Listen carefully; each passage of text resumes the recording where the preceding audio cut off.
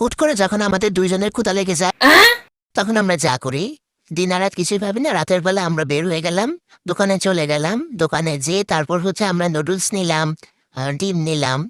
নেওয়ার পরে আমরা এসে রান্না বান্না শুরু করে দিলাম। দেখো তোমরা আবার আমাদের থেকে কেউ রান্না শিখো না, রান্না শেখা আবার বেশি ভালো না।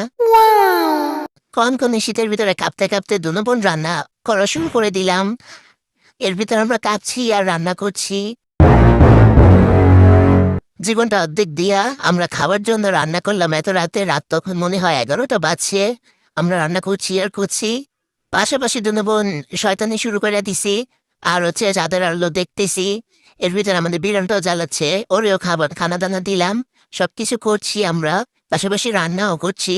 যাক চলছে আমাদের রান্না। পেটে তো ইন্দুরগুলা দৌড়াচ্ছে দৌড়াচ্ছে, তাও কি আর কিছু করার আছে? এখন তো রান্না করতেই হবে। রান্না করা শেষ, আমরা এখন ডিম ভাজা শুরু করে দিলাম। ডিমও ভেজে নিলাম, যাক আজকে সব শক্তি অর্জন করে ফেলবো। পরে এই যে আমাদের রান্না হয়ে গেল, আমরা এবার খাওয়া দাওয়া শুরু করে দিলাম। ঠিক আছে, কেউ আবার আমাদের থেকে রান্না বান্না শিক্ষা না শেখা এত ভালো না, আমরা আবার তুই একাই মা।